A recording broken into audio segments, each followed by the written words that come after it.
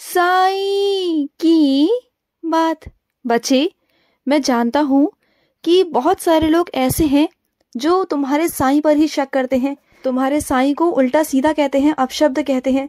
लेकिन जब मैं उन्हें जवाब नहीं दे रहा तो तुम क्यों दे रहे हो मेरे बच्चे? तुम उनसे लड़ना, झगड़ना, बहस करना बिल्कुल बंद कर दो और एक तरफ हो जाओ, बिल्कुल निशब्द हो जाओ। तुम्हें कुछ भी उन्हें कहने की, बोलने की जरूरत नहीं है। जब मैं शिरडी में था मेरे बच्चे, शारीरिक रूप में, तब लोगों ने तो मुझ पर पत्थर तक मारे हैं, मुझे पागल तक बोला है। तो क्या मैंने उनकी बातों का जवाब दिया था? नहीं ना। वक्त आने पर सारी सच्चाई उनके सामने आ गई ना, तो बस इन लोगों के आगे भी आ जाएगी जो आज मुझे गलत कह रहे हैं ना। तो यही लोग तुम देखना घुटने टेक कर तुम्हारे साईं के पास आएंगे। तुम खुद देखना, तुम अपनी आंखों से देख लेना। इतना तो भरोसा है ना तुम्हें मुझ पर, मेरी वाणी पर, तो भरोसा करो। तुम बिल्कुल चिंता मत करो, वो सब होगा। लेकिन मैं जानता हूँ कि तुम्हारे दिल पर क्या बीतती है, मैं समझ सकता हूँ। तो तुम वहां से हट जाया करो, चले जाया करो। बस साईं साईं साईं ऐसा पुकारा करो, तुम्हारे मन में शांति आएगी। और ये रोया मत करो, मुझे बिल्कुल अच्छा नहीं लगता। तुम्हारी ये आंखों में आंसू ना बिल्कुल पसंद नहीं मुझे।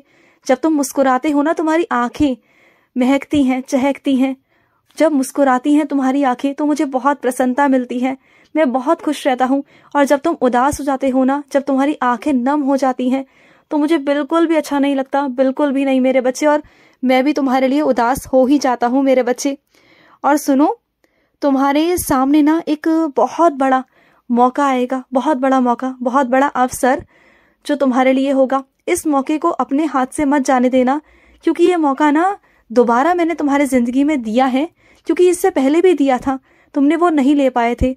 लेकिन जो ये मौका है ना, इसे अपने हाथ से मत जाने देना, क्योंकि वैसे तो हर किसी को दूसरा मौका नहीं मिलता। पर तुम ना मेरे बहुत बहुत प्यारे वाले बच्चे हो, जिसने जाने अनजाने बहुत सारे लोगों की मदद की है, बहुत सारे लोगों की सहायता की है। हर एक ऐसे इंसान की सहायता की है जो अपने शरीर से चलने योग्य भी नहीं था। ऐसे ऐसे मेरे बच्चों की सहायता की है जो अपंग थे, जो भूखे थे, जो प्यासे थे, उनके लिए उन्होंने वो सब किया। तो तुम क्या समझ रहे हो कि जब तुमने इतना कुछ कमा लिया है, इतनी दुआएं, इतना आशीर्वाद कमा लिया है, तो मेरा भी तो हक बनता है ना कि मैं तुम्हें आशीर्वाद दूं। ऐसे कैसे तुम्हें जाने दूं मेरे बच्चे?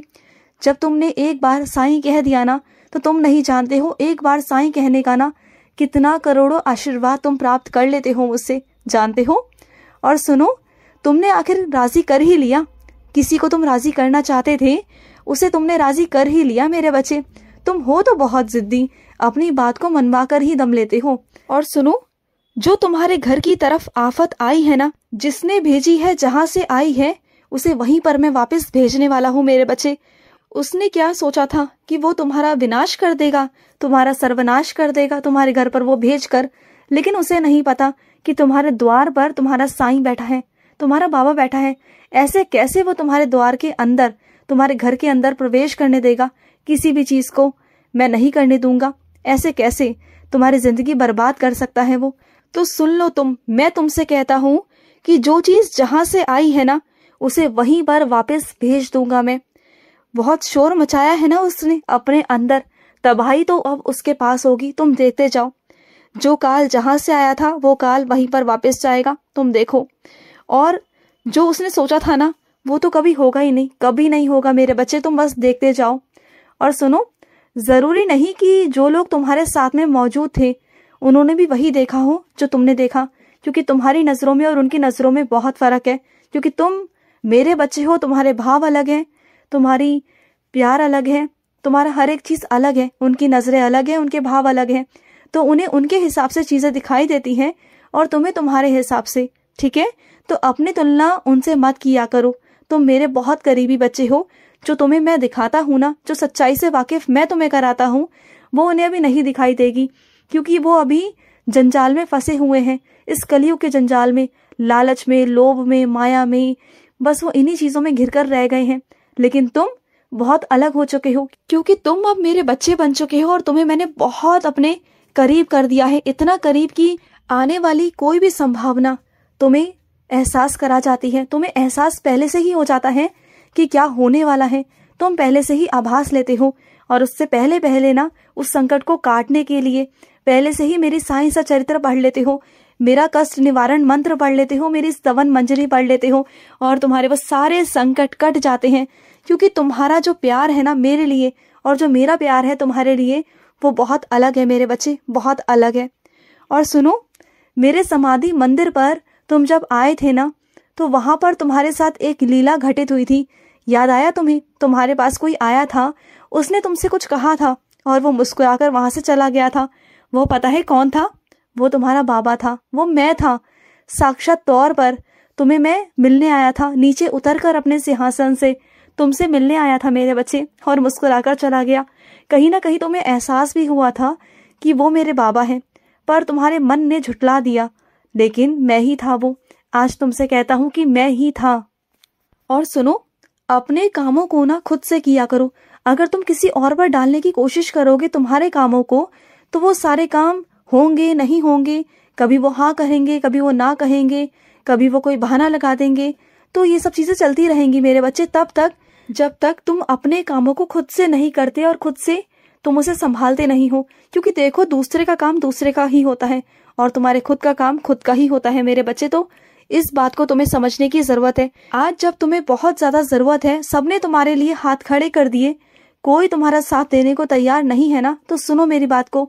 ये वक्त है तुम्हें समझाने का मुझे कि तुम्हें जो ये जिंदगी मिली है ना, इस जिंदगी को तुम्हें खुद से चलकर खुद से काम कर कर करना होगा। अगर तुम दूसरों के भरोसे रहोगे ना तो तुम हमेशा ऐसे ही डोलते रहोगे और तुम्हारा काम कभी नहीं होगा।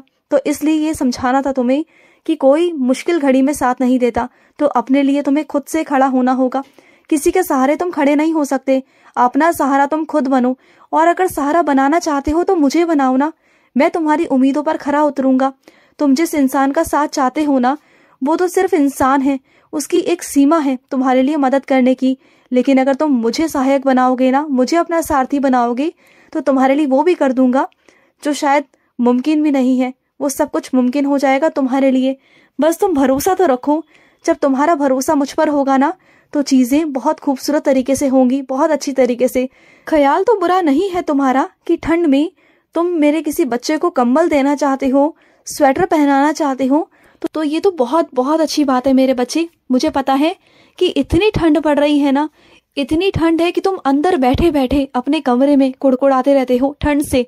तुम अपने बिस्तर से, रजाई से नीचे नहीं उतरते। और वो मेरे बच्चे जो सड़क पर बैठे हैं, सड़क किनारे बैठे हुए हैं, उनके पास एक स्वेटर तक नहीं, तन पर ढकने के लिए एक कपड़ा नहीं। अगर उसमें तुम मेरे बच्चे को जाकर कंबल दोगे, स्वेटर दोगे या फिर सर की टोपी दोगे ना, तो तुम्हें इतना पुण्य मिलेगा, इतना मिलेगा कि तुम सोच नहीं सकते। तुम किसी के जीवन दानी के रूप में जाओगे, किसी को तुम जीवन दान दोगे मेरे बच्चे। और ये नेक काम तुम ही कर सकते हो। तुम्हारे अंदर ही ये ख्याल उत्पन्न होते हैं। और ये ख्याल क्या, ये सोच क्या, ये सोच और ये ख्याल मैं ही तुम्हारे अंदर देता हूँ। जब मुझे लगता है ना कि मुझे तुमसे सेवा लेनी है, तो मैं तुम्हारे अंदर, तुम्हारे मन में चीजों को डालता हूँ कि तुम सेवा करो। और जब तुम मुझसे पूछते हो तो मैं स्वीकार कर लेता हूँ मेरे बच्चे। और सुनो, कुछ काम ऐसे हैं मेरे बच्चे जो समय रहते खत्म कर दिए जाए, उन्हें टाला ना जाए मेरे बच्चे। क्योंकि अगर वो काम टल गए ना तो वो टलते ही जाएंगे। इस बात को ध्यान रखना। तो जो काम को जिस समय पर खत्म करना है उसे उस समय पर ही खत्म कर दो और काम खत्म कर कर आगे बढ़ो। क्योंकि तुम्हें आगे भी मुझे बहुत सारी जिम्मेदारियां, बहुत सारे काम देने हैं। अगर तुम पहले ही काम नहीं करोगे तो आगे की और जिम्मेदारियां और बहुत सारे काम मैं तुम्हें कैसे दूंगा। पहले पुराने काम खत्म करो, उन सब चीजों को खत्म कर कर मुझसे और नए नए काम लो और मेरा आशीर्वाद कमाओ बहुत सारा। और सुनो, तुम्हारे व्यवसाय में विघ्न आ रहा है ना, तो सुनो, साईं सचरित्र का अध्ययन किया करो रोज। कृपा होनी शुरू हो जाएगी तुम पर, मेरी बख्शिश होना शुरू हो जाएगी। चिंता मत करना, तुम्हारा व्यवसाय अच्छा हो जाएगा। खुश रहो। आज का रात्रि साई संदेश समाप्त हुआ।